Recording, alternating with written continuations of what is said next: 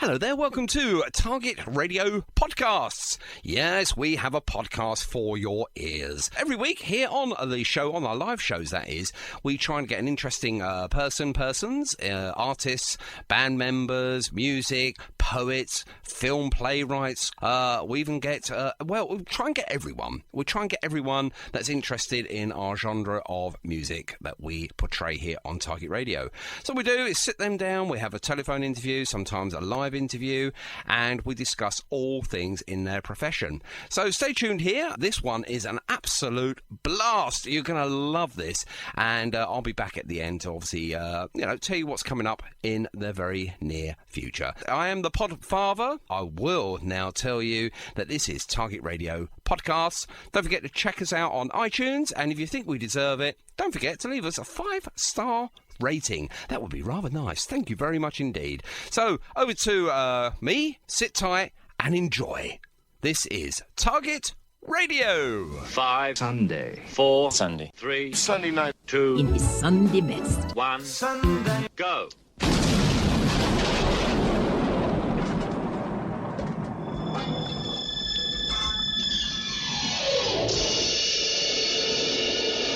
You're only supposed to blow the bloody doors off. Dear God in heaven, please let this show go okay, with no major boobs or goofs, or is it goofs?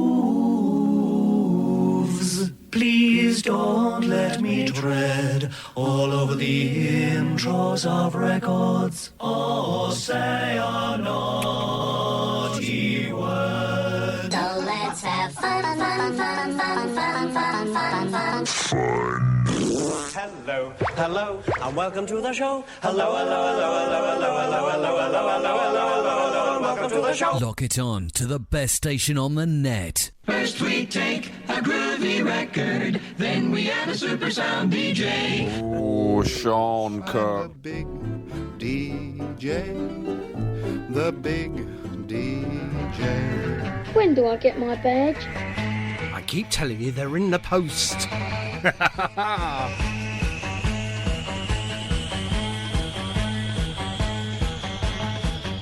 And a very good evening. Welcome. It's Target Radio live for the next couple of hours for your earhole treatment. So how you been? All right. Fantastic. Well, I'm so pleased we had this little chat before I went live on air. Oh, we are live. Anyway, thank you very much indeed to Peter Slavid's Jazz Hour.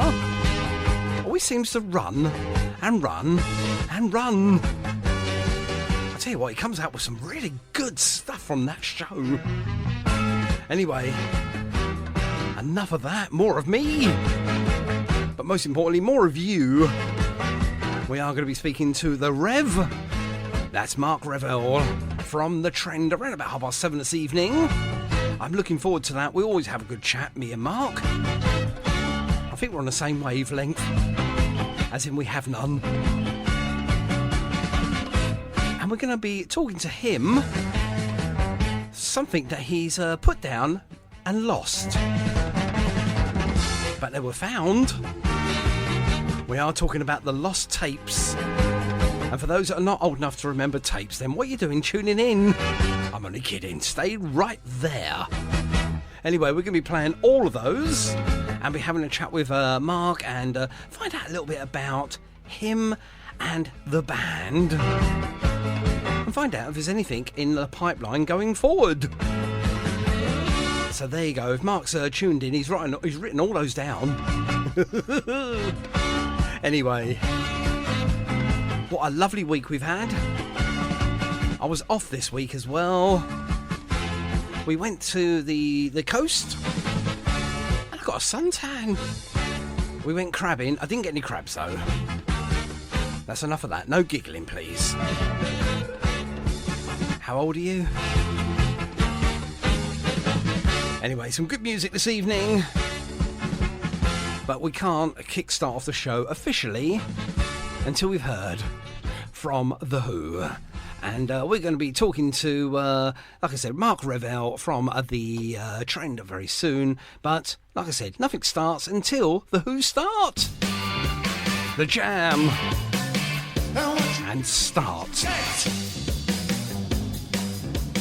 And always better sounding live. And live is what we're going to be talking about a little bit later on here in the show, because we have got the Trend, or Mark Rev with us this evening, and we're talking about the lost tapes. Yes, he put them down, and blow me, he couldn't find them for the best part of 40 odd years, but he's found them. They've been a remix, remastered, and we'll have pleasure of playing those very, very soon now. So stay tuned here by the wireless, and until we do that, we are going to be playing some brand new music. So I think it's only right and fitting that we've got 5 songs to get through from the Trend this evening before 9 o'clock, and I do know that me and Mark do like to have a little natter, so I think it's only right and fitting to ask you a quick question. That's for the audience out there. Can I ask what the best thing is since sliced bread? No? You don't know? Who said cut bread? Oh, for goodness sake. No, it's not that at all. It's the Trend playing live 40 years ago, plus sliced bread live. Strap yourself in. Now that, if we are going by just the first track on the 5-track EP, we are in for a treat this evening. Okay, let's get on with it then. For those who know the show very well, you know that I'm pressing buttons now, and hopefully we'll get hold of the Rev Man. He should be there right now. Oh, he's coughing, so that sounds good. Have you cleared your throat, Mark? Hello. Hello. Cookie, how are you? I'm good. 1 second. You want one of these? That, my friend, is called a live audience. How are you doing, man? Are you all right? I'm good, my friend. I forgot what you sounded like, and I'll tell you what, that has really woke up the senses. I mean, not you as an individual, as a band. That was absolutely brilliant. Well done. Love it. Great. Lovely. It is really good. It's really refreshing to hear some live music again. Now, obviously, I'm going to go straight in, feet first. 40 years. It's 41 years actually. It was the 1st of June in 1980. We were supporting Wishbone Ash on a major tour around Great Britain. Wow. And we decided to record that particular night, well, we lost the tapes. For goodness sake. I mean, we can't trust you with anything, Mark. You know what I mean? Yeah, well, the tapes just disappeared. Yeah. Anyway, the story is I was contacted by an old roadie, someone who used to work for us many, many years ago. Yeah. And he said he basically found an old cassette in a drawer, along with a load of old photographs from the said night at Hull City Hall. Wow. So John Woodruff, who's our drummer and producer, he's the techie guy. He's the proper geek, and you know, like yes, I remember. He basically put the old cassettes into his cassette player in the studio, ready to record it and everything, and it just jammed. It wouldn't work. It just jammed. No. And he was like, "Oh no, what do I do?" You know. So he sat there and he ummed and ahed about what he was going to do, and he did the old-fashioned thing, Cookie, and you'll remember this, right? Was it a pencil? Yes, the pencil. And he put a pencil in, and he rewound it by hand, and fast-forwarded it by hand, and rewound it, and he put it in, and it started working, and he stopped it immediately. Yep. Set it all up in the studio, so it was all ready to record, to be, made digital, if you like. Yep. Set it all up and recorded. We managed to get 4 songs out of it before it jammed again. No! And we've not actually touched it since. Oh my goodness. So so we got 4 songs live from 1980, and those are the tracks on the new single. Fantastic, my friend. That is absolutely brilliant. When you first sort of appeared on the scene again with that story, I just know I had to jump on it, because obviously being nostalgic, and obviously being of an age that I remember 1980, and I remember tapes and tape recorders as well. Absolutely. Oh, my friend, that is such a brilliant story. It's like something it's gone, you know. Who knew that was going to turn up 41 years later? How did it make you feel listening to those tracks again? Well, it was astonishing, really. You know, I mean, well, first of all, I was amazed. I mean, I always do. You know, my band has always been a very tight band, you know. But I was amazed that for live, it's so good. I mean, I wouldn't have put it out if I didn't think it was good. No, you know indeed. I mean? It is that good, ladies and gentlemen. It's well worth the pennies that you can pay for the EP here, because there's so many good tracks on there, particularly like track number 3. We'll get onto that in a minute, though. You'll probably know where I'm going with that. Yeah. I do know where you're going with that, You mate. do indeed, absolutely. And, of course, we're going to play all of them as well here live on the show this evening between us having a chinwag. But it must have...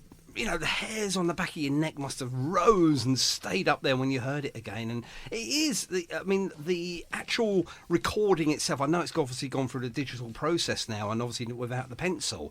But, you know, even there, you know, you still had a marvellous recording in the first place. Yeah. I mean, we were.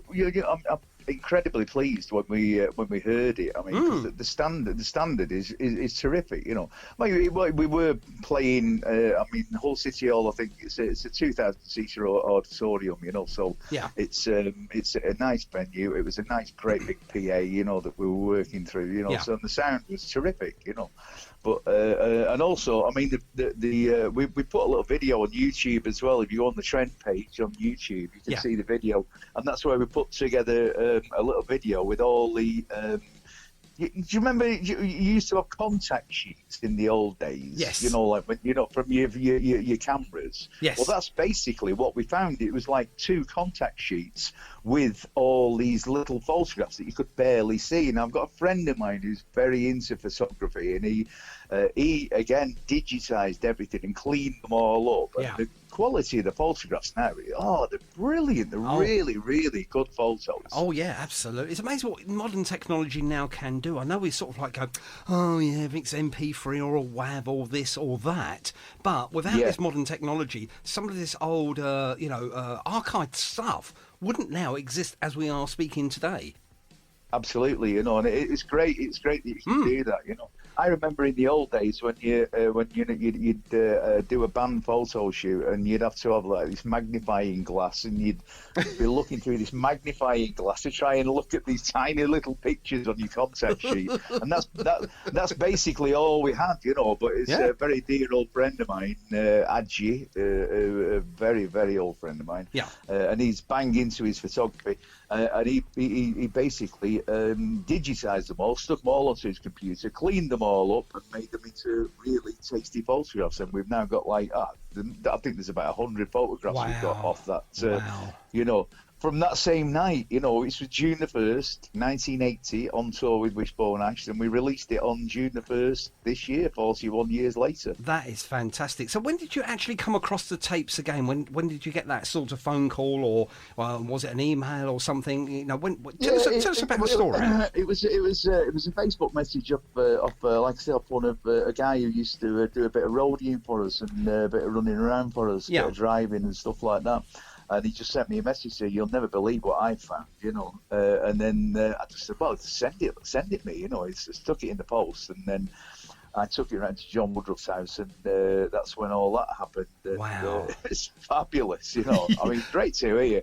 It's so good. I mean, I'm so pleased with this. The sound of them is fantastic, so tight. It is. There are really good tracks as well. They really get your heart pumping, and you can just hear everything. The layers are there, you know. You can hear absolutely everything from the single drum beat right down to the last part of the vocal. You know, it's all there. And obviously, how long did it take? How long did it take John to obviously do the remaster on all of it? Oh, I don't know. He does all that. I leave him to do that. Do you know, we'll have to get him my on. job. My job's talking on the radio. His job's sitting in the studio doing all that. I leave that to him. Oh, my goodness me. Do you know, we'll have to get him on one day. That will be fantastic to have a chat with him. He used to be a radio presenter himself on Radio Manchester. Ah, there you go. There was another radio station out there other than Target Radio. We didn't know about that, though. We didn't know anything about them. Right, excellent. Oh, we'll have to get him on one day. Never mind. Absolutely. I mean, obviously, you know, it's like, you know, for me, you think you've lost something. Okay, you put it down to bad experience, and then, a few days, maybe a month or whatever later, and everyone will appreciate this. You come across it again, you think, oh my goodness, I thought I'd lost that, and you've replaced it by then. But obviously, something like that, Mark, you can't replace it. It's live, it's happened, it's done, it's gone, and obviously, it must have been a real kick in the teeth. So, what happened on the evening when you recorded it? How long before you realised that the tapes went missing? What, when we actually first recorded? Yeah, when you finished the whole evening. Honestly, I mean, it's we were talking 41 years ago here. I can't remember what happened 41 minutes ago. What are you going on about? What a great rock and roll answer. Years ago, good heavens above, I mean, I was on tour with a band, I was drinking Jack Daniels till early hours in the morning, when like I could do then. The rock and roll life. I think basically what we used to do is every now and again we'd check what bands do this. You'll tape a live performance, of course, to have a listen back to and see how you're doing halfway through a tour or whatever.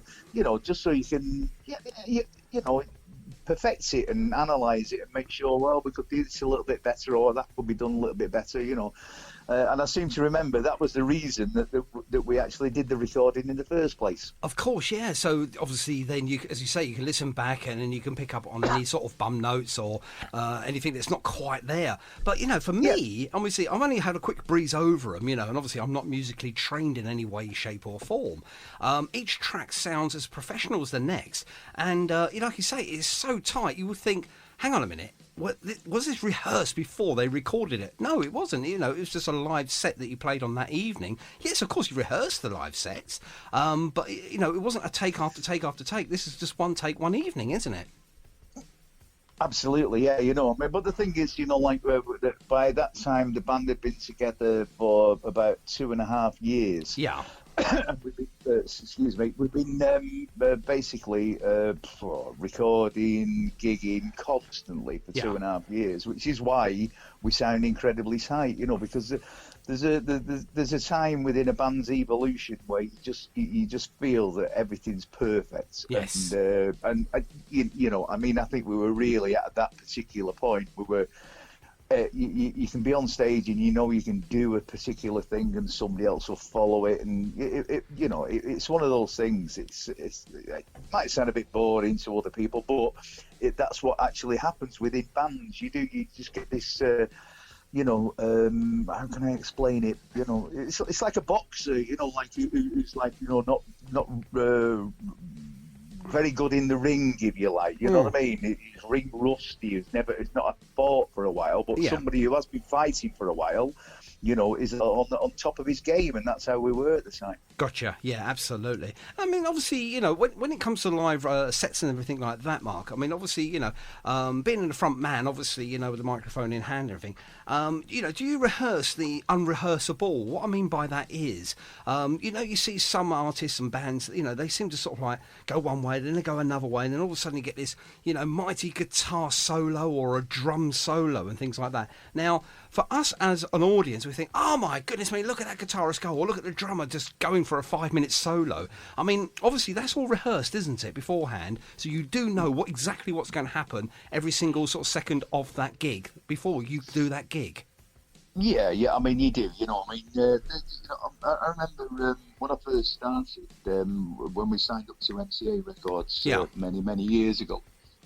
We went down to London to do some recording, and we did some rehearsing in this big rehearsal rooms that all the big bands used to use, and you've got like one wall which is an entire mirror, so you can rehearse your stage acts. Yes, of course, yeah. So you're actually looking at yourself on stage, and see what you look like. So if you imagine you're facing this massive one wall, and the entire wall was a mirror, so you can look at exactly how you look and how and how you're sort of interacting with people, with the other members of the band on stage and what have you. So yeah, it is, it's all it's all slick and well rehearsed. Absolutely, and I mean it's so well rehearsed. Obviously, you know, I mean all bands I've seen, you know, when you think, oh, they're just going on a tangent there, or they're just doing something totally out of character. Obviously, they've done all of that before, so it just makes it very, very good. And I mean, obviously, that's a great terminology, stage presence, and obviously, you know, being a showman yourself, you know, you've got to give the audience not just the music and obviously, you know, the singing. You've got to give them something for them visualise with as well. So, you know, what's the worst and the best thing you've ever done live on stage, Mark? The worst thing. Not falling off. I remember on the video for this EP, there's a bit where I used to jump on the drum riser and then jump up into the air about 6 foot. I couldn't do it these days, not at my age. No. But I used to jump up in the air about 6 foot in the air. Yeah. You know? And I remember one particular time where I split all my trousers all the way from the back right down to, well, you know, to wherever. And immediately I had to put my coat back on because, you know, well, because obviously. No one wanted to see your wife. That was one of the worst ones. I remember that the band were crying, laughing, you know, because they were obviously, I'm in front of them and they're looking at me from behind. So you can imagine, can't you? Yes. So yeah, that's one of the worst things. Oh, that does sound funny. And one of the best things? One of the best things.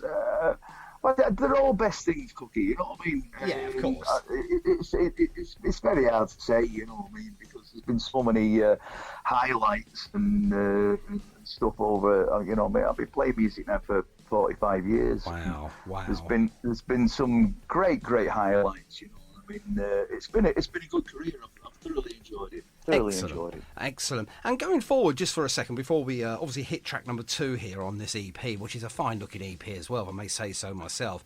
Thank you. I just love the picture of there. You know, obviously, you know, it's it's just literally. I remember writing these on myself. That's when I was really, really not bored. And you write like, you know, side 1, you know, the top 40, for instance, if you were. Well, everybody used to do that, didn't they, Cookie? No, I never did that. No, it wasn't recording stuff off the radio and trying to stop it when the DJ, you know, like, do you remember? Yeah, bloody DJ's getting in the way. I mean, obviously, you know, ended up being one. He's talking over the intro. No. What's that all about? And why is he talking at the end? And why did what was it? Do you remember Tony Blackburn going Duran? Yeah, Duran. I remember that very well. Actually. Yes, he still remembers it today. I think he still mentions it from time to time. So yeah, on there you got the trend, and it's 8 pence, side 1, 30 minutes, and it's a Trend Hole, City Hall, and it's in handwritten. Is that you writing on there, or was it somebody else that wrote that on there for you? No, that was John Woodruff who was doing. John was. The history is that John Woodruff became the drummer in the band. He was the second drummer in the Trend. Yeah. And then John became the manager and producer of the Trend. Oh, okay. And he was replaced by another drummer who I've never seen for donkey's years, a guy called Nicky Knott, very talented drummer. Yeah.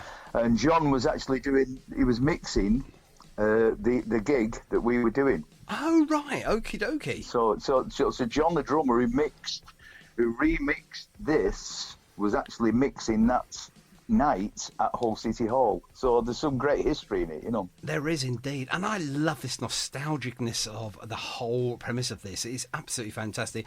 And obviously I've seen on here, because obviously you've got 4 of the live tracks, obviously the 4 lost ones, and then you've got the Tune Me In by the Trend, obviously the 2020 studio version. Whose idea was it to put a studio version in it? Was it just to make the number up or bump up the the EP just to make it more tangible to sell? No, well, if you listen to the 2 tracks, they're completely different, right? Oh, right. Now, when we put the Trend together again, we started rehearsing a lot of the old stuff, and then we started writing new stuff, you know. Yes, of course. And one of the ones that everybody said we all loved, Tune Me Into You, but we couldn't, for the life of us, remember how it went. Right? So, it's 41 years ago. We decided we could remember bits of it, but we couldn't remember all of it. And we didn't have a recording of it because of these lost tapes. You know, we did have a studio recording of it, but that's been lost. That might be found in a dusty drawer somewhere. You just never know. Give it another 41 years. So what we decided to do was we basically rewrote "Tune Me Into You" 2020 along the lines of how we could remember how it went. Oh, right. And Okie dokie. then when we heard "Tune Me Into You" from 1980, Yep. it was like a completely different song. It's amazing, the difference. There's things in there that I'd forgot. There's lines in there I'd forgot about. It's amazing. I'll tell you what we're going to do. We're going to fade you down. We're going to put this song on, the live version that is, and at the end of our interview today, we'll put the newer version, the 2020 version on at the end of our interview. But for now, have a break, have a drink of water. Sounds like you need it. I need one as well. And let's listen to this fine tune. Do you? I love that. What a great track there. We are speaking with Mark Rev Revell from the Trend there, and we've come across the lost tapes. Well, I haven't. Someone did, and it's been sent to their main man, the drummer, who's remixed everything and made it all sound rather smashing. And now it's been released, and we are talking to the man behind the microphone. It's Mark. Hey, Mark. Hi, dude. How are you? I'm good. Did you have your drink? Yeah, I have. A nice glass of red wine, actually. Well, where you go? I've got something red. It's in a red can, but we won't go any further than that because they don't pay me to advertise their drink. It's a soft drink, and it's apparently let's move on from that. I think we know which one you've got. That's the one. Excellent, lovely. Right, so that is amazing tune. It's so catchy, isn't it, as well? And it's a good song. We're going to obviously play the other version or the newer version a little bit later at the end of our interview today. So what part of it did you forget then? What lines did you forget from that one? There's quite a few parts in it. The arrangements is totally different for a start. Anyway, and it's incredibly slower the version we do now because we're all getting on with it. Yeah, of course. Yeah, absolutely. So the version we do now, I think the version we do now sounds more like Tom Petty, whereas like that one, the version you just played, sounds more like Elvis Costello, Joe Jackson, the kind of things we were listening to at the time. Yeah. Those were our peers. Those were the people that we were up against in the charts, etc. Well, absolutely. And that's basically how that one sounds. But the newer version, I think, it's. I actually prefer the newer version, to tell you the truth. Right, okay, no worries at all. Obviously that version there had a little bit more sort of angry angst on the instruments there. You could hear it. It was like, give it some of that, and it really felt like you're really giving it your all there. Obviously, when you're doing a concert, you will give 110% every single time. I know that from every single artist that I've ever spoken to. But it just seemed that you're just giving it an extra 1% there on the instruments as well. We always did. That's the thing about this band. We always gave 110%. My philosophy has always been, Cookie, has been that if you're playing in front of 10 people or you're playing in front of 10,000 people, you do exactly the same show. Absolutely. That's what you do. That's what you do. You give it your best. You do because it doesn't matter. No, it doesn't matter. No, not at all. Because those 10 people are going to tell 10 other people of the goodness that they've had that evening. Not that you probably would play in every sort of single venue of 10 people, but that is my when I'm doing sort of a wedding or an anniversary or a disco, whatever the case may be. It doesn't matter how many people are there. It's the quality of those people, and you want to make sure that you give them your 110% effort every single time, because there's no point in going in there half-assed. You've got to go in there and make sure that it doesn't matter how many people are there. They go away enjoying themselves, and they tell at least one other person. Well, that's it. At the end of the day, people have, they paid out their hard-earned shillings, absolutely, for this. yeah. So they go to one of your gigs or one of my gigs, they've paid out their shekels, and you've got to do your best for them for that particular night. Okie dokie, yeah, of course, absolutely. While we're talking about obviously shekels and shillings and farthings and the old 1p penny pieces and things like that, obviously back in the day, how much was it to go and see you guys play? Do you remember? Oh, I can't remember. I honestly, I can't remember. I seem to think it was round about. It was about £3 or something. Wow. £3.50. That was to see Wishbone Ash. Oh my goodness me! And they were a worldwide top band, Wishbone Ash. Yeah. They really were. Oh, absolutely, yeah. they were up there with Pink Floyd and the rest of them. Of course, they were big boys. Prog rock in their finest, definitely. Oh, that's amazing. Yeah, and we actually got on really well with them. We had a great time with them. They were ever so funny. They were, they were nice people. Really got on well with them. It was a good time. Still Facebook friends with a couple of them as well. Oh, well, that's amazing, isn't it? It really is nice. All those years later, you're still obviously in contact, and that's true friendship as well. When it lasts the test of time like that as well. So, that's fantastic. And did you learn anything from the support of them as well? Did you learn anything from them? Oh, I learned massive amount from them. It was amazing. One of the things, the first thing that you realise when you go on a big tour is you don't realise how loud you've been playing when you're doing like your normal little rock gigs. If you're playing like a 200 capacity gig, every guitarist turns up to number 33 or something like that, whereas the first thing I remember watching Wishbone Ash from the side of the stage was how quiet they were on stage, and I was like, wow, you could have a conversation on stage because they let the PA do the work. Yes. Now that was a big learning curve for me. I never knew that, because I was a bit of a kid, when I first did that. When I was 20-year-old. Yeah. I just signed a major record deal at 20-year-old and learnt all these incredible things, and then it's audience participation, feedback with the audience, that kind of thing. It was great. They were really good. They were ever so good. Oh, that is good. And I mean, obviously, from this sort of gigging work that you do, I think it's always a learning curve. You're always going to learn something different, something new, something exciting. And I think that's part and parcel of, the live venue, live music scene and stuff like that. And we're talking about that now because, fingers crossed, hopefully by June the 21st, and we should find out by June the 14th if everything should be coming back to some sort of normality as well. So looking upon that, are you venturing outside? Are you looking to do something a little bit with the band, or are you quite content in just doing some studio stuff, or maybe a bit of both? At the moment, what we decided to do is we want to get back in the studio because, as you know, because you were promoting our album last year, didn't you? That's and right. our single Vote for Me, you did. You loved that one, didn't you? Oh, I think that was so clever the way you done that, and then obviously the video itself. And we touched on the video last time we had a conversation because that's obviously right, you're right in the middle of lockdown, and your inspiration to just sort of like making videos from like mobile phones, etc., and just recording bits and pieces and putting them all together was absolutely inspirational. It was good. It was really good, and I loved it.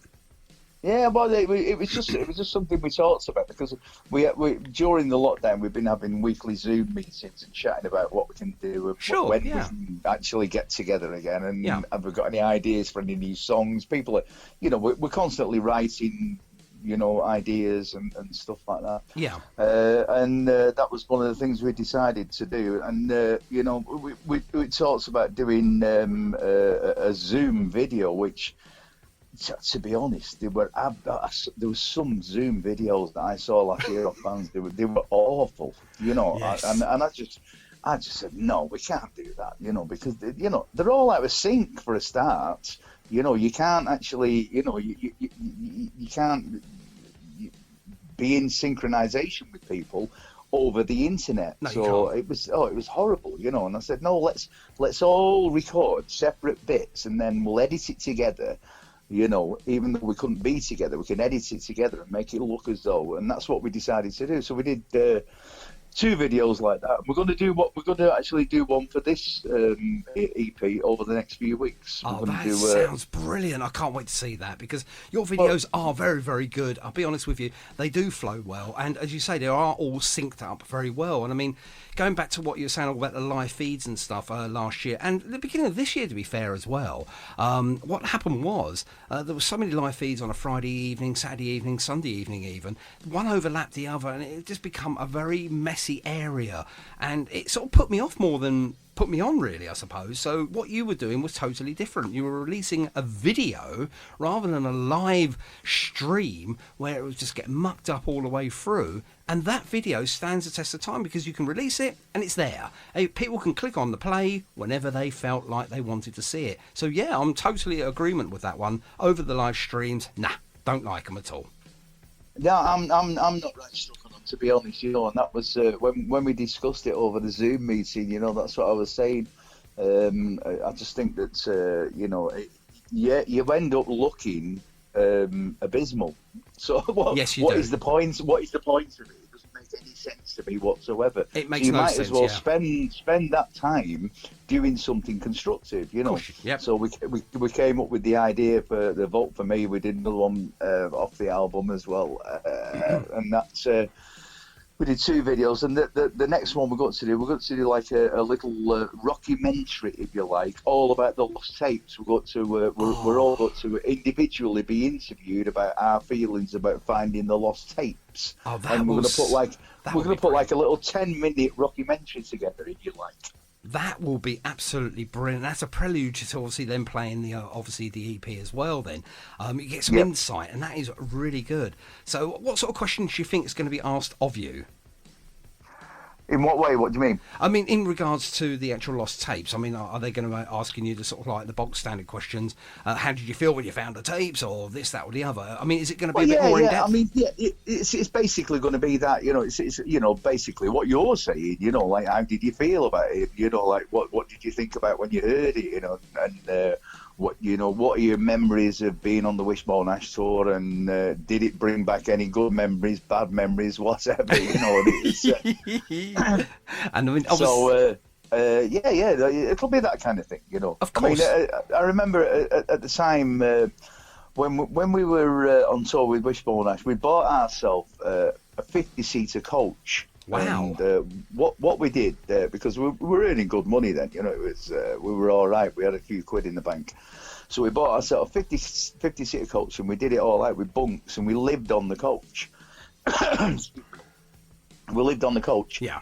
And Wishbone Ash, I remember that we were outside one of the venues, and the lads out of Wishbone Ash said, "Can we come on the coach?" And I was sitting there, like we had a can of beer, and sat in with them, and they went, "Oh, this is brilliant." I forgot how. Now, bear in mind, right? There's Andy Powell, the lead guitarist out of Wishbone Ash. He had a top of the range cream Morgan with red leather seats, convertible. I remember having a photograph taken with him in the Morgan. Yes. And they were in the best hotels. They had the best food and everything like that. And they were so jealous of us living on a bus. It was fantastic. Oh, rock and roll lifestyle. It's like those kind of memories. You know what I mean? It's nice memories. Indeed, absolutely. And just before we get into track number 3 on the EP, then, which is obviously, I'm not even going to mention it because I'll let you do that. In fact, I think you do that live on the EP, so we won't even say that. I mean, that's a great thing about live music when you're playing it. You don't even have to have the, don't even have to introduce it because it does it itself. It's great. Did you cry? Go on, be honest with me. When they found the tapes, did you cry?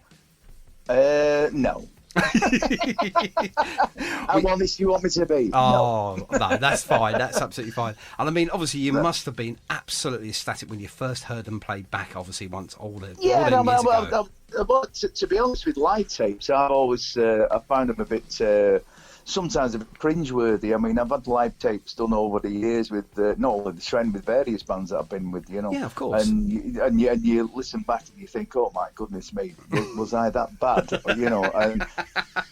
And I mean, sometimes you can have good nights and you can have bad nights. Of course you can. Absolutely. So nothing's cast iron. These, I was extremely pleased with.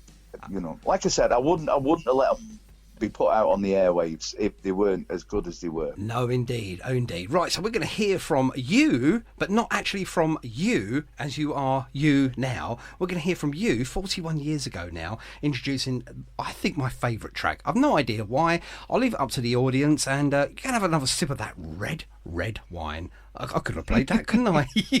I'll see you the other side.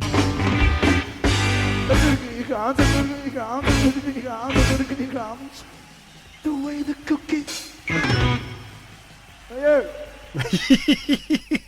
Oh, that is absolutely fantastic. And I love the way you can just about hear the audience underneath you there as we're fading out that song. It's absolutely marvellous. And the track itself is very sort of basic, if I may say so, but it really delivers. It's got that sort of catchy riff in there, and it just gets your body moving whether you want it or not.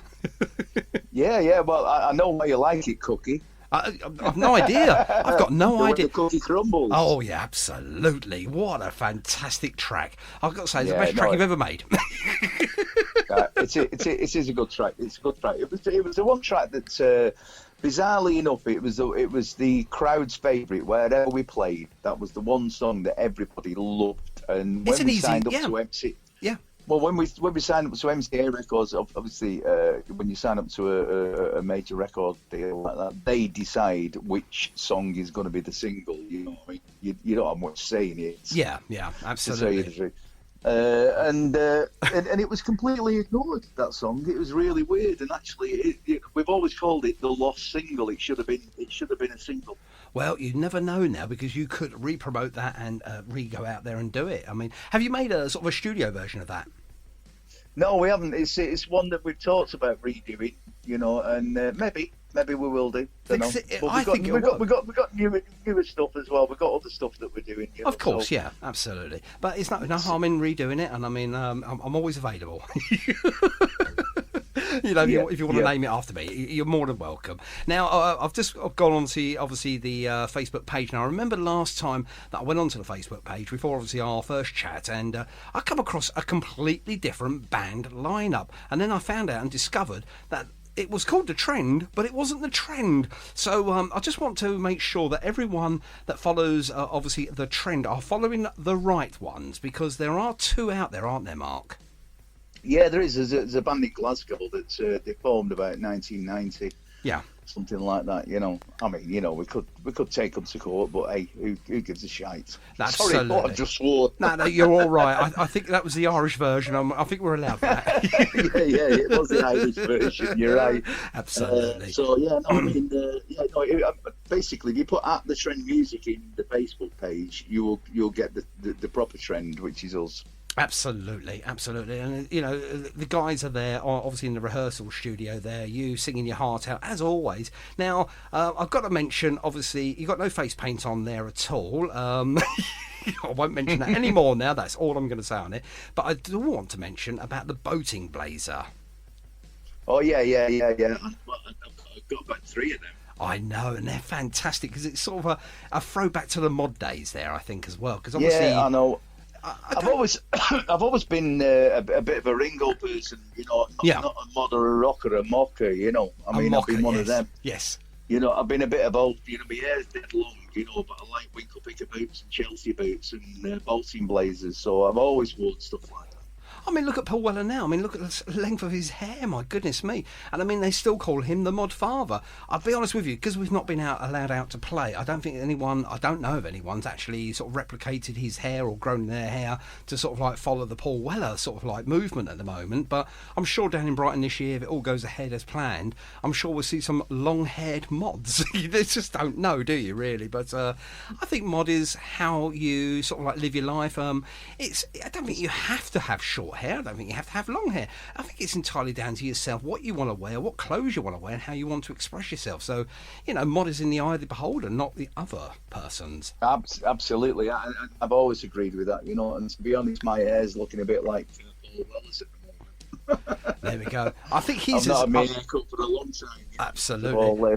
I mean, I think his is through choice. Most of other people's long hair are out of, lockdown. Yeah. I'm quite enjoying it. I forgot. I like long hair now. I forgot I enjoy it. Funny enough, I just got my son got his hair cut yesterday, and I got mine cut last week, and it was lovely. I didn't realise how lovely barbers are. Really, they are just the salt of the world and salt of the earth and everything in between. Because I love the barber shop stop now. I never did. You know, I thought it was a chore going to get your barnet cut. But now I thought to myself, after the best part of not having my hair cut for the best part of a year, I thought, I'm loving this. And I did. I loved it. So I've got my hair cut now. I'm pretty lucky because my best mate is my hairdresser. So, you know, he does it, and he's been doing it all his life. So I'm due to go and go to his house and get it done very shortly. That sounds great. Now, what we're talking about, obviously, the picture, which obviously is on your front page of the Facebook group there. Let's go through the band members as they are at the moment then. So I'll let you name and shame each one of them, what do they do, etc. I'll leave it over to you now, Mark. Okay, yeah, no problems. We've got Jake Higgs on lead guitar, fantastic lead guitar player. Charlie Vincent on rhythm guitar, amazing rhythm guitarist. Steve Scott, beautiful man, great lyricist and great bass guitarist. And John Woodruff, who is, like I said before, the technical guy, amazing drummer and fantastic producer. Absolutely. Who produces all of the stuff. And it's amazing, out of all of them guys, you're the only one really with the hair. Yeah, I am. See, they'll be really pleased. They're listening in right now. They'll be really chuffed that you've said that. Well, you never know. You could donate some of your locks and give it to the boys. I am the only one with hair. Yeah, that's true. Oh, hair or no hair, I've got to tell you now, you guys really do rock. And I mean, what would you say your genre of music is? Or would you prefer not to be sort of like put into a sort of a pigeonhole with your music? But it's funny, isn't it? Because, you know, like, we were originally called power pop. Yeah. You know, as that was the genre of the time. You know, if you remember, there was bands like I said, Joe Jackson, Elvis Costello, New Wave, the Jags. That was another band. Oh, Back of My Hand. What a great record.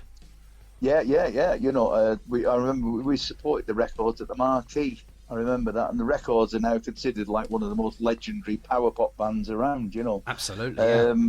But I, to be honest, I just think we are songwriters. That's the main thing, and I've always said that. You know, if you're writing songs and class songs, you've got you're there at the pinnacle.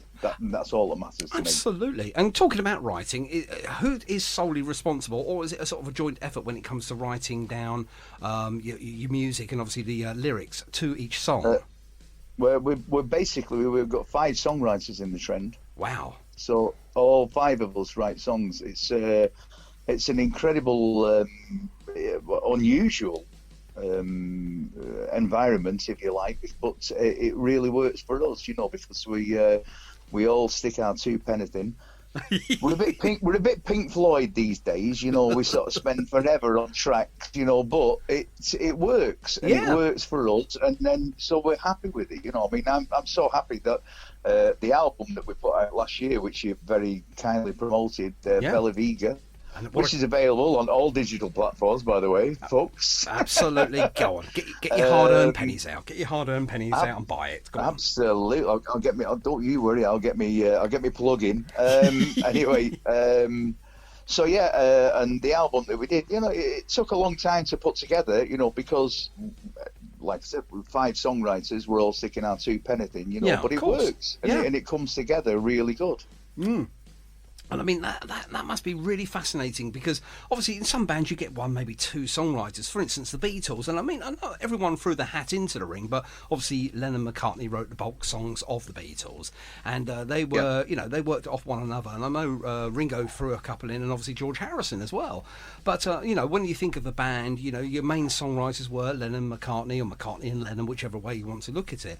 But yeah, generally you got 1, 2, possibly 3 in a sort of a largest band. But, you know, obviously when you all are songwriters in your own right, it must be really, I don't know, it could be either one of both ways. It could be the hardest thing in the world or the easiest thing in the world. I think you may have cracked it here. You know, I think all of you guys, you know, you're all throwing in your stuff and it works. For some reason, it really works, and it works well. So, you know, the lyrics are good. Vote for Me, for instance. What a fantastic tune. You know, and it says what it does on the tin. You know, it's that easy, but it's so lyrically, it's brilliant, you know, and it's a really good track, you know, hooks you in, and it takes you on a journey. You know, whether you like it or not, you're there. You know, you can't help but not listen to it, you know, so it's one of those tracks. I love it, absolutely love it. Oh, brilliant! No, and thanks again for all your support, Cookie. It's really good. No. It's great that people like yourself are supporting us. It's ever so nice. I love but yeah, music. but you're quite correct. I mean, sometimes it can be quite tedious when we're having arguments in the studio about how this particular part of the song should sound and how this, but hey, in the end. Well, if it ain't broke, we don't try and fix it. Dear. Absolutely, That's my opinion. That's it. And what we actually do is the end product that we come out with is very, very good. So I'm happy. Yeah, I do absolutely agree with you 100% there. And let's move on to the last track. I say the last live version track on the EP, which is ironically it's called "Lost Without You." It is Lost Without You. Yeah, that is fantastic. I remember how this one started in the old days. Well, you got to bear in mind we were kids when this was first done. Of course. And I was in Scotty's house. I was in his bedroom at his mum and dad's house. Wow. And he had bunk beds. Him and his brother. I remember that. And I was sat on the bottom bunk, and he was sat there, and we came up with the initial idea for this, and then put it to the band, and we all put it together and got it sorted, and that's how this one first came about. Was in the bass player's bedroom at his house. Now that is amazing. And that was in 1979, so that'd be 42 years ago. What a brilliant memory you have when it comes down to things like that. And again, that is something obviously it would look good on this rockumentary that you're doing obviously for the EP as well, which I think is fascinating. Yep. It gives a little insight for the fans to enjoy.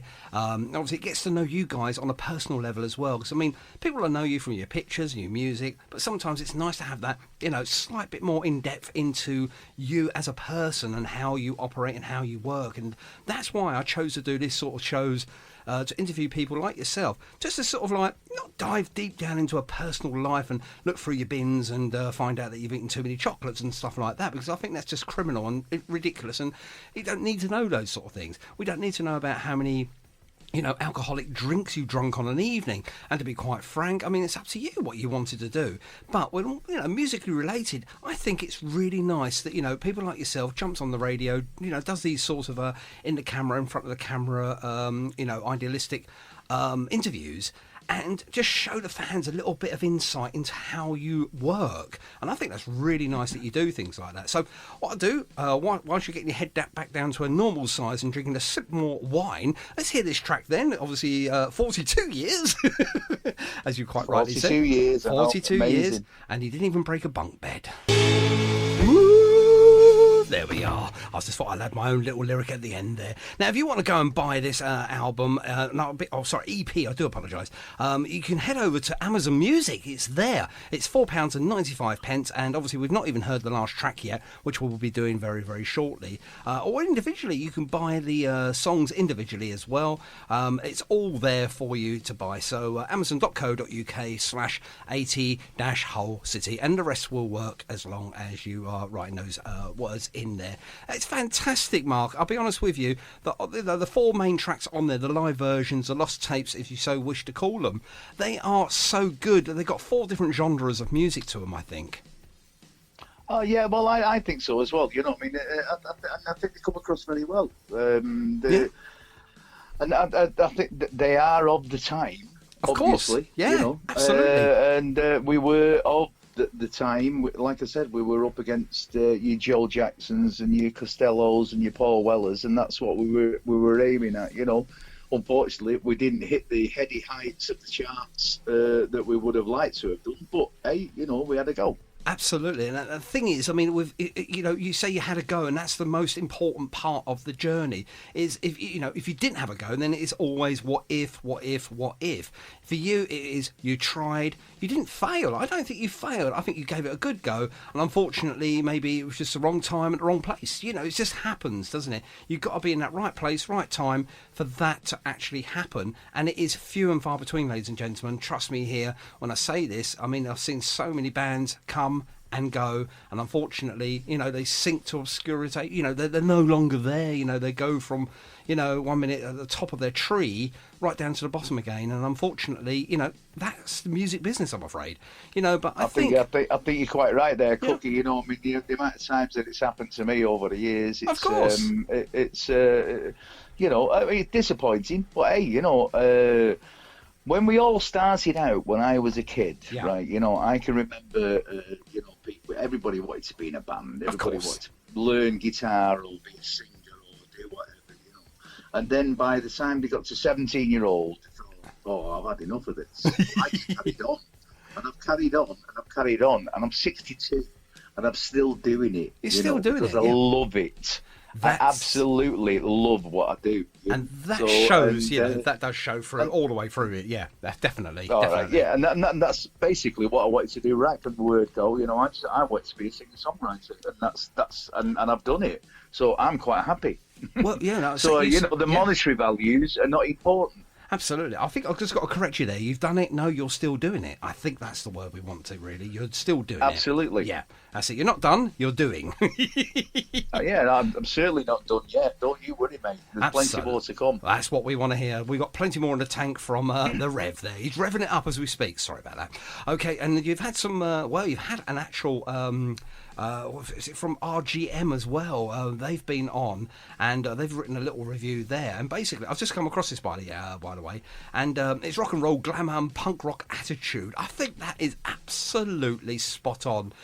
They've obviously listened to it, they've studied it, and that is exactly what I was alluring to right at the beginning, where I said you're covering many genres of music there, and I think they've got it, really. It's rock and roll, it's glamour, punk rock, and it's got attitude to it as well, and I think that really, really cements you as a band, and obviously the band itself from that time. And moving forward, I still feel that, you are covering a sort of a good spread of genre. I mean, who heard of genre back in 1979, 1980? Not many Exactly. people. Not many people. It was a French word, I believe. Yeah. And I love the point when they come across, they say the high point comes across the cookie crumble. Of course, I have to agree with them. Totally 100%. I have to agree. It's an infectious melodies. And that's what I said. Sometimes the simplest things have the greatest effect. And I think with cookie crumbles, maybe a little tweak here and a little tweak there from you guys when you haven't got much to do. Saying that to a very busy musician is very rude. But I think Cookie Crumbles could have another lease of life. You never know. But I definitely know. Well, you never know. We'll have a think about that one, shall we, Cookie? Absolutely. Now, I've got a new show out as well. It's a pre-recorded show. It's called The Cookie Club. And guess what's on next week's? I'll leave that to your active imagination, but I bet you can't guess. It's something from The Trend. Though it is an old song, because it's been lost for 41 odd years, I'm reviewing it, and I thought, well, it's a new one as far as I'm concerned, because not many people in my generation have probably heard it. So as far as I'm concerned, it's a new one from an old one. There we go. I'll leave it there. Brilliant. Oh, that's brilliant. And thanks again for all your support, Cookie. Really, really appreciate it from no myself worries. and the band. No worries at all. I think it's well deserved anyway. What you guys are doing, during lockdown, after lockdown, and moving forward, obviously, we want to see maybe you guys out there again. You just don't know what happens around the corner. And once Boris lifts, hopefully on the 21st of June, the restrictions, so we can all go out and play and act like children again. And trust me, I think there's a lot of grown-ups that will act like children again once the restrictions are lifted, me included. I think it would be great to go out and see bands playing again, artists getting up and then doing their thing. And that question I'm going to throw over to you just very quickly there, Mark, before we head up home and put my headphones up for another evening. If you're not obviously doing what you do, as in being a fine musician and making good music, who would you like to go and see play live? Who would I like to go see play live? Yeah. Oh God. You name it. I mean, this. I love music. I think the best band I've ever seen. I went to see the Stones in 1990. That was just an incredible experience. I mean, to see the Stones. Of course. Wow, it was just amazing. And it was a freebie because I was on the same record label, so it was a good one. Nothing like a freebie. Nothing like a freebie. Yeah, but I love watching bands with stuff period. So any bands, it's going to be great. As soon as if the lockdowns are lifted. Yes. I can't wait to go out and go and watch bands again and just go and see anybody, to tell you the truth. Any younger bands as well. There's some great young bands around. Absolutely, so let's go and have a look at them. Why not indeed? You never know what you find, and I think that is a really good mentality to have, rather than sort of like typecasting yourself, or indeed, I'm only going to go and see mod-related bands, or heavy rock, or punk rock, or, power pop bands. I think you should go out and say, right, let's wipe the slate clean, let's go and watch as many live shows as possible, because, hey, guess what you're going to be doing? You're supporting those unsigned artists that are out there, and, another person in the audience really does make a difference. So remember that, ladies and gentlemen. And they're all basically they're all working the tushies off. You know what I mean? Of course they are. To try and earn a butty, and you've got to go out and support all these younger bands. And, absolutely, yeah. Any band, to be honest, older bands. They're all there working away. Let's just go and see them and support live music and support new music, and let's forget about what went on in the 60s. What happened in the 60s? I don't know. I know, you know what I mean? You know what I'm saying, don't you, Cookie? Of course, absolutely. Mark, it's always a pleasure speaking with you, my friend. Now, before I let you go, now this is plugging in time, okay? So obviously we mentioned the album earlier, but I want to mention obviously the EP. Now, I have mentioned it's on Amazon, where you can actually go and buy each individual track if you so wish, or just go ahead and buy the whole download. Can you buy the physical? Is there going to be a physical copy? Is there a sort of CD available at a later stage, or is it all download at the moment? It's download at the moment because of what's been going on during all of this nonsense. Yes, of course. But we will be doing physical CDs, and we have a Bandcamp site. So if you put trending on the Bandcamp, you can actually buy physical copies of CDs that we've already done before. And we will be doing physical copies of the album, which we released last year, the single, Vote For Me, and we'll be doing physical copies of this particular single as well. Oh, that's fantastic. They're all available on all the platforms, not only Amazon, they're on iTunes, Bandcamp, Spotify, everybody.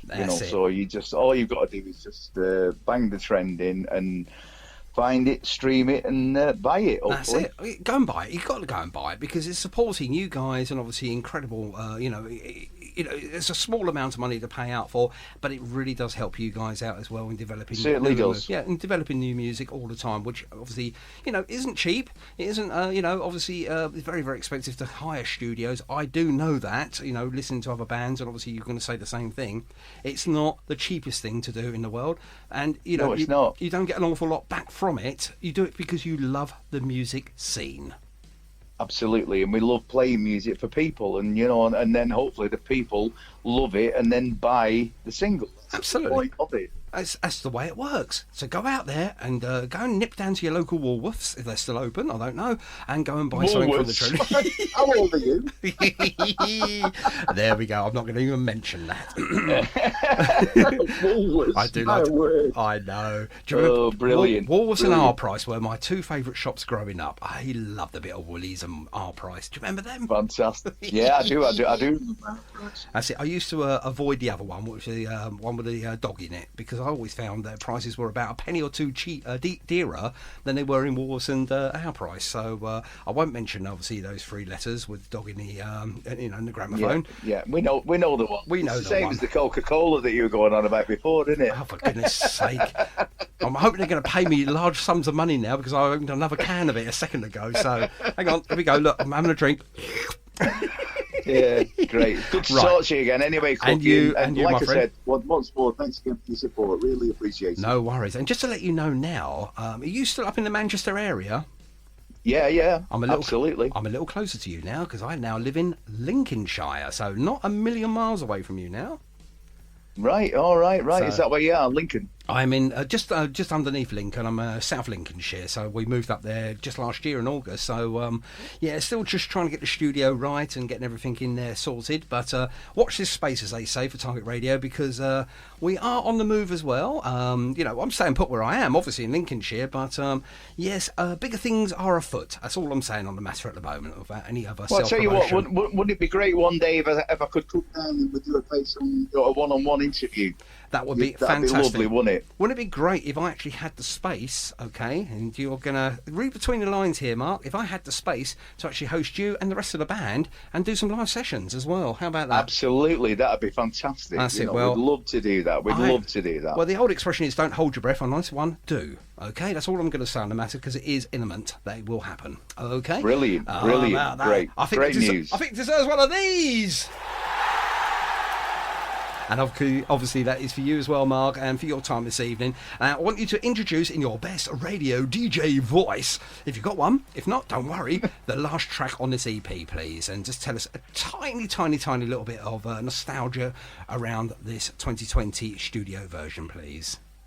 Okay, this is the last track on the EP, is Tune Me Into the 2020 version, which is the version which we couldn't remember how it went. So this is the one, and it's the slower version for the older people. Mark, I love you for that. That is brilliant. I'll catch up with you soon, my friend, and I will definitely make sure that you do hold your breath very soon, but we will definitely hook up and get that sorted out very, very soon. That's all I'm going to say there. Great, mate. That's all right, buddy. No worries at all. Right, okay, I've got to find out where you are now on my computer. You're there somewhere. There you go. So I can rudely hang up on you now and play this last track. Thanks, Mark. You've been a gentleman and a scholar as always, and good luck for the future, and hopefully we'll see you out on the road as soon as. All right, cheers, mate. Cheers, buddy. See you soon. Bye now. Cheers. There we go, Mark Rev Revell, and there is the trend from 2020 on the Lost Tapes. 41 years ago. I wouldn't think that it was that slow, but I did enjoy it. Well done, guys. And Mark Rev Revell, what a fantastic gentleman. Thank you very much indeed for your time this evening, and thank you for listening as well. We've got time for just a few more tracks before we go home this evening, and don't forget we've got the American Pie. He's back on from 9 o'clock this evening, so taking us up there, let's have some Rolling Stones. We have got none other than Louise Turner on with us next week. A delightful, lovely lady. And we're going to be going through her album, Daydreams and Stars. Looking forward to that. So why not join us next week? Same time, same channel.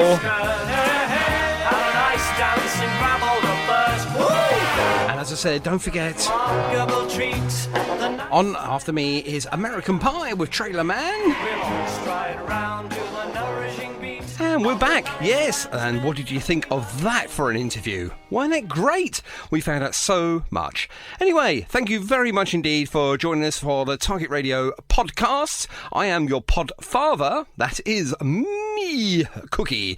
Don't forget to rate us on iTunes if you can, please. If you think we deserve it, 5 stars, please. It does help with the future of Target Radio. Check out all of our great shows here on Target Radio. And as I say, please support local artists and the unsigned band. Until next time, thank you very much indeed. Take care, and we'll see you soon. Bye-bye.